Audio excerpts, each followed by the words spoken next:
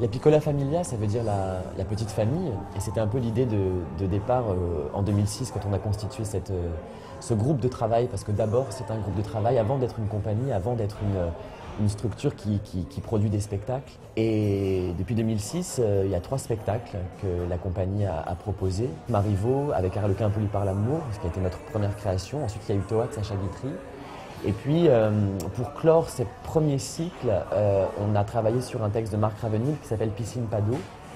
Et on est arrivé à ce moment-là, en 2009, au constat que peut-être il fallait maintenant ouvrir la compagnie à d'autres perspectives, à d'autres acteurs et nourrir notre plateau de nouvelles rencontres et de nouveaux horizons. Et tout ça s'est réuni un peu dans Henri VI de William Shakespeare, que nous avons décidé de créer pour 2012. Henri VI, en fait, c'est une pièce de jeunesse de Shakespeare. Et ça, c'est aussi, je crois, une des choses qui m'a interpellé. Ce sont des pièces qui sont un peu archaïques, mais qui foisonnent d'une espèce de force vive et d'esprit encore pas vraiment cadré, une espèce de folie aussi de l'écriture.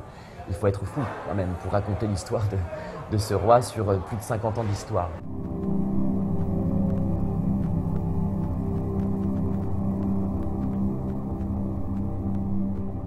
Ces 3 pièces donc offrent un terrain de jeu inédit, inouï, infini pour la mise en scène, pour les acteurs, pour toute la théâtralité qu'ils développent dans ces 3 pièces-là. Mais je crois que c'est aussi en rapport, et c'est, je crois que ce qui me touche dans cette pièce-là, c'est que ces 3 théâtralités sont en fait aussi, racontent aussi la chute, le basculement d'un monde qu'on peut dire ancien vers le monde moderne, même voire celui d'aujourd'hui. C'est-à-dire comment est-ce que le monde a basculé à un moment donné vers ce qu'il peut être aujourd'hui. On passe effectivement d'un monde, le Moyen-Âge en gros, avec des valeurs encore, des valeurs d'honnêteté, de justice, les valeurs de la chevalerie, des codes, les codes de la chevalerie aussi. Et puis petit à petit, on glisse vers une société beaucoup plus individualiste et beaucoup plus pernicieuse, où on ne se combat plus d'homme à homme, mais plutôt en louvoyant, plutôt en furetant et en serpentant comme ça, pas de manière directe et frontale en tout cas. Et je crois que c'est à ce moment que le monde bascule. C'est à ce moment-là que l'imprimerie est inventée, par exemple. C'est aussi à ce moment-là que Christophe Colomb va découvrir l'Amérique, que le monde va grandir, va prendre conscience de sa grandeur, le commerce qui va se développer aussi beaucoup, et que la Renaissance, avec tout ce qu'elle a évidemment de grands progrès à tous les niveaux, va aussi générer du monde dans lequel on est aujourd'hui, où le progrès ne s'arrêtant plus, le monde à un moment donné s'essouffle et va, je le crois, sans paraître pessimiste, va vers sa chute.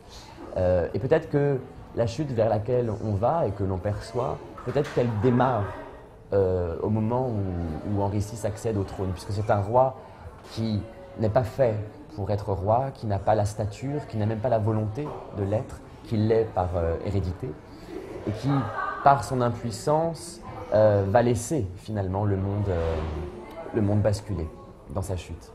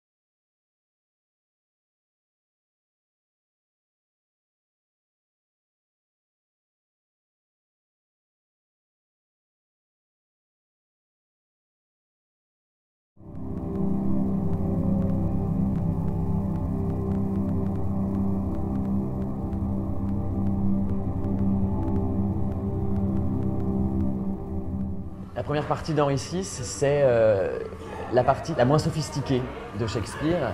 Elle est, puisqu'on est donc à la fin de la guerre de Cent Ans, en 1422, et les Anglais traquent Jeanne d'Arc et Charles le Dauphin qui se battent pour les sièges d'Orléans, de Rouen et de différentes villes en France, tout en constatant le grand drame qui se passe en Angleterre, c'est-à-dire qu'à la mort d'Henri V, Henri VI n'a que 9 mois et que le royaume est laissé, alors qu'il est en guerre, à l'abandon. Et donc cette première partie, elle est plutôt sur des ressorts comiques, tout en sentant bien que quelque chose de très dramatique se prépare. Mais c'est la théâtralité qui nous est proposée là, est une théâtralité que je perçois troupière, enfin en tout cas d'un théâtre assez forain, assez archaïque, assez brut. Ce qui n'est pas le cas de la deuxième partie, qui est beaucoup plus sophistiquée, là pour le coup, puisqu'on se centre sur le lieu du pouvoir en Angleterre et sur les tractations au sein même du royaume, où on comprend, et c'est ce que sait très bien faire Shakespeare, où on comprend que la grande histoire, celle avec un grand H, est intimement mêlée aux petites histoires des personnages. Et enfin, la troisième partie, elle est encore différente. On est presque proche d'un théâtre cinématographique, puisque là, on est sur un grand champ de bataille permanent. C'est donc pleinement la guerre des deux roses, au sens concret du terme, puisque le pays est en guerre. Et on suit les personnages comme ça, de champ de bataille en champ de bataille, avec cette espèce de chaos ultime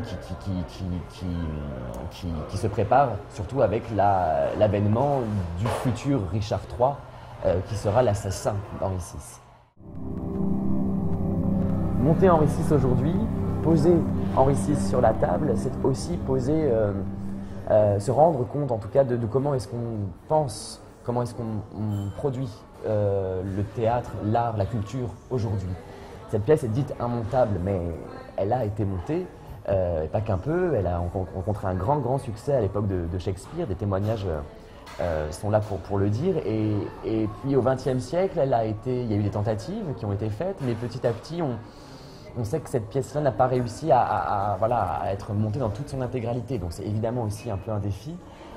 Mais c'est aussi se reposer la question de qu'est-ce que c'est qu'une production et comment est-ce qu'aujourd'hui, avec les cadres que la culture met sur les productions, comment on pose un spectacle qui va, oui, dépasser du cadre en termes de temporalité et de répétition et de représentation, en termes de groupe et d'humains au service de cette création-là, en termes de public aussi.